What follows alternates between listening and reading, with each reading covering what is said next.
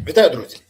Поговорив з злими язиками з Банковою. Цікава інформація. Там дуже панічні настрої. Навіть не через те, що відбувається на фронті, чи через можливість того, що з 1 квітня Путін почне тотальну мобілізацію на Росії. Ні. Новини з Сполучених Штатів щось не дуже тішить Зеленського. Те бажання зустрітися для того, щоб якісь закриті питання, які повісли в повітрі, з'ясувалося, що це питання по Міндічгейту. Більше того, з'ясувалося, що Умєров не зміг домовитися з ФБР, і ті працюють далі. Більше того, працюють настільки потужно і системно, що незабаром ми можемо побачити не тільки нові підозри, а дещо значно гучніше. Але це окрема ситуація, бо вона відверто турбує Зеленського. І, мабуть, концентрація саме на цьому питанні не дає йому можливості зараз звернути увагу на все інше. А на ситуацію треба дивитися загалом. У нас катастрофічна ситуація не лише в парламенті, де дійсно парламентська криза і де відверто депутати не готові більше голосувати за будь-що, що хоче Зеленський, розуміючи, що це буде мати наслідки для них самих. Ну так, вони не хочуть голосувати зараз законопроекти по співпраці з МВФ, тому що вони відверто погані, але про них домовились міністри, яких делегував Зеленський. Той самий уряд. І, до речі, під угодою з МВФ стоїть підпис Зеленського. Там є ще підпис голови Нацбанка Пишного, є підпис пані Свериденко, але головний підпис саме Зеленського. І через це він дуже засмучений, бо підписував він і хотів скинути це на депутатів. Вони не готові. І вони кажуть, МВФ хоче розуміти, як отримає гроші. Супер! Давайте заводити закон вже на розкіш, щось Зеленський не хоче його подавати. Давайте там займатися митницею, контрабандою, давайте закінчувати з контрафактною продукцією, сигарками контрафактами, алкоголем, зі всім іншим. А Зеленський вже домовився про ФОПів, OLX і інше. Ну да, про те, що для людей найбольніше. Але Зеленського не зачіпає ніяк. А що ж так? Так от, наскільки я розумію, зараз почали підіймати старі справи по депутатах, намагаючись їх дотиснути. Але навіть це не працює. Не хочуть депутати голосувати. І Зеленський починає лякати фронтом, байдуже депутатам, вони на фронт все одно не підуть, тому що не проголосують за той закон, який хоче подати Зеленський. Підвертий популізм розрахований на дуже розумних людей. А може все ж таки заява людини, яка відірвалася від реальності. Далі ситуація з фінансами, вона ще гірша, нема грошей. На 1 квітня ми не отримуємо 90 мільярдів, які нам обіцяв Євросоюз. Вони заблоковані Орбаном. Орбан той, що покидьок, який фактично ворог України і хоче переобратися. Тому він буде робити все для того, щоб зараз підняти ставки, об'єднати навколо себе свій електорат і точно не буде допомагати Україні. Заяви Зеленського, які допомагають консолідувати електорат Орбана навколо нього, про живіт, про адресу для ЗСУ, про все інше, краще ситуацію не роблять. Більше того, якщо не буде проголосований закон нормально, а він, схоже, не буде, то тоді МВФ не дасть нам кредит, і тоді інші теж не будуть давати кредити або якісь суди. Це взагалі буде страшна ситуація, бо тоді треба буде робити секвестр бюджету. Про що йде мова? Пенсії не буде. Зарплатня всім, окрім військовослужбовців, буде під великим питанням. Фактично робота державних органів буде частково паралізована. Але і це ще не кінець. У нього ще одна проблема, яку він теж не може вирішити. Як я пояснив, вже політична криза, є економічна криза, а є ще і криза корупційна. Бо корупція нікуди не ділася. Ні, зараз ми спостерігаємо, як СБУ відловлює окремих персонажів. І це супер. Єдине, що хочете парі, незабаром їх замінюють на інших. Таких же приблизно, як і вони, але з іншої команди. І це ви теж незабаром побачите. Так от тут ми бачимо зараз конфлікт, який починається між СБУ і НАБУ. СБУ, скоріш за все, буде атакувати НАБУ по команді з Офісу Президента. І є інформація, що незабаром це розпочнеться. Але ж НАБУ теж не чекає і схоже, що буде бити на випередки. Тим більше є за що, є по кому. і буде дуже боляче Зеленському. Але ж для того, щоб цього не було, треба просто було не красти гроші, не треба було міндічити і баканити їх.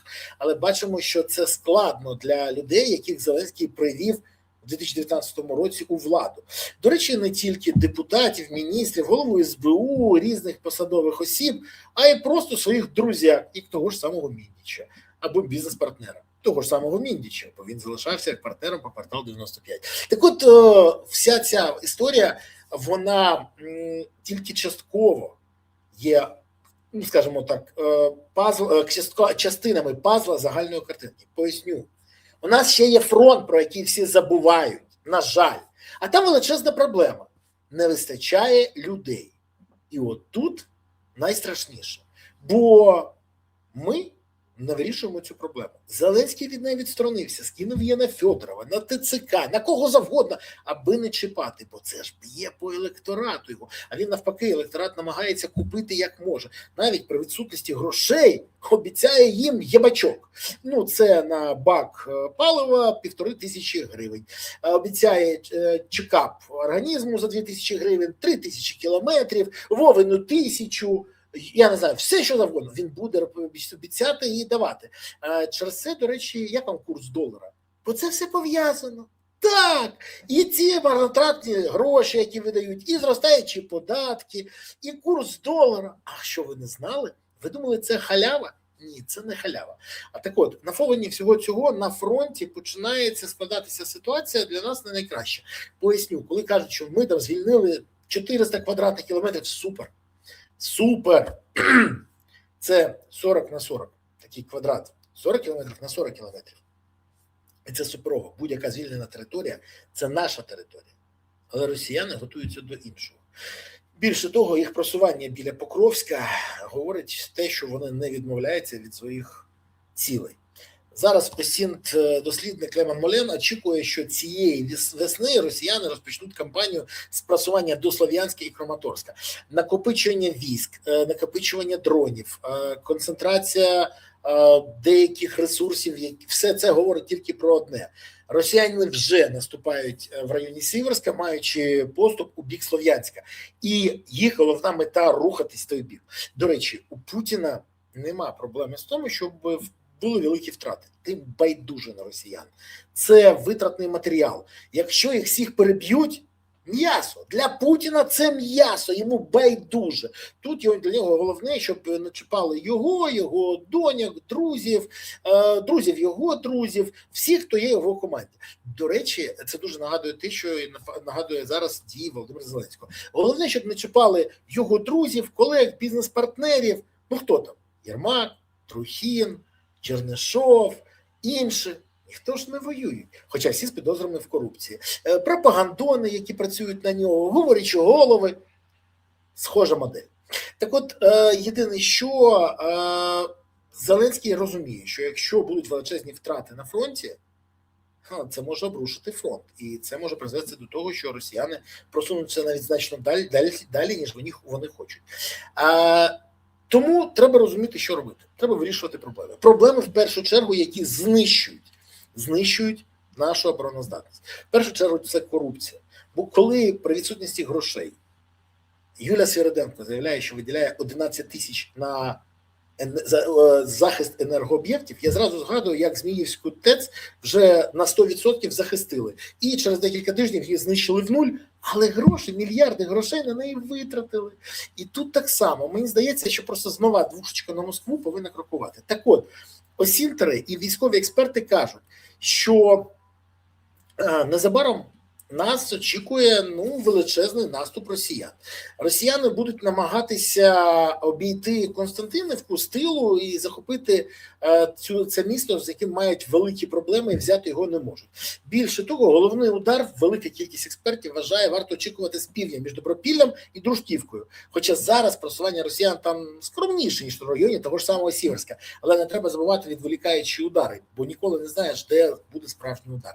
А в той час російські війська в районі Лімана намагаються перерізати дорогу між Слов'янськом та Ізюмом. І головним завданням росіяни, це розуміють всі, навіть в Генштабі, до речі, всі це теж розуміють. Мабуть, буде захоплення висот на сході та заході від Слов'янська і Краматорська з перерізанням усіх головних доріг до агломерації, що йдуть через Ізюм, Барвінкове та Дружківку, і нанесення постійних ударів по цій території. Фактично будуть намагатися випалити землю. В свою чергу, на боці України тут відверто є вигідна для оборони місцевість, нові фортифікації, а також масштаб агломерації. Єдина наша слабка позиція – це кількість особового складу. І це треба вирішувати, бо росіяни також ще будуть робити додаткові удари в районі Оріхова, Покровська і на самій річці Оскіл. Так от, треба, розуміючи це, все ж таки чимось займатися. Наприклад, повертати хлопців із СЗЧ, тим більше, що для цього треба приймати деякі рішення на законодавчому рівні. І Зеленський повинен втручуватись, навіть якщо йому не дуже хочеться. Треба посилювати відповідальність і посилювати мотивацію. Треба всім цим займатися. Бо якщо росіяни прорвуться, давайте відверто, всім буде байдуже, за що саме не хочуть голосувати депутати, всім буде байдуже, яка справа йде по оточенню Зеленського, всім буде байдуже, яку підозру хто з друзів Зеленського, чергових друзів, або 56 успішних менеджерів, чи скільки там з них залишилось, отримає. Треба розуміти, що якщо ми не стабілізуємо фронт, то не тільки не примусимо Путіна до переговорів реальних переговорів, а ще й це призведе до дуже поганих негативних наслідків для України. У нас не тільки слабка позиція буде, у нас будуть втрачені території, у нас будуть втрачені люди, у нас будуть втрачені можливості. От цього допустити не можна. Тому Зеленському потрібно зараз одночасно вирішувати багато питань. І забути про те, що там проти нього хтось щось розслідує. Забути про те, що є проблеми з його друзями, колегами, а може двушечка на Москву вчасно не дійшла. Йому треба займатися головним – фронтом. Якщо не зайнятися фронтом, то фронт займеться нами. І це треба розуміти. І це не голослівні слова. Я розумію, зараз важко всім це вірити, але в 22-му році, коли я казав, що буде повномасштабка, і пояснював, що просто приготуйте хоч би тривожні валізи.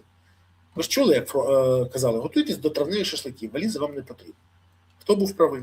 Тому зараз не треба розслаблятися, а Зеленському навпаки. Треба зосередитись на тому, щоб зупинити ворога і для того, щоб стабілізувати фронт. Без особового складу, без поновлення мобілізації, без заміни отої бусифікації, що є зараз, на нормальну мобілізацію, згідно законів України, і з використанням всіх необхідних положень. Без цього фронт не стабілізувати. Тому, Володимир Олександрович, не зволікайте, працюйте, це необхідно. Не вам, всім нам, Україні. Я сподіваюся, ми всі отримаємо результат, який теж задовольнить Україну.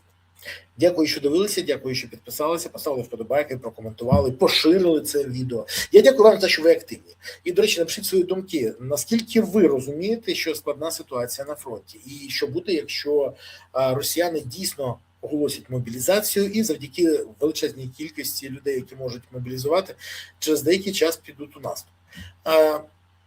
Чи розумієте ви всю небезпеку? Пишіть про це в коментарях. В офісі це читають, розуміють і роблять висновки. Але головне, не забувайте підтримувати ЗСУ. Приєднуйтесь до ЗСУ, донатьте на ЗСУ, допомагайте ЗСУ. Бо якщо все це робити і допомагати ЗСУ, то все справді буде Україна. Дякую вам. Па-па.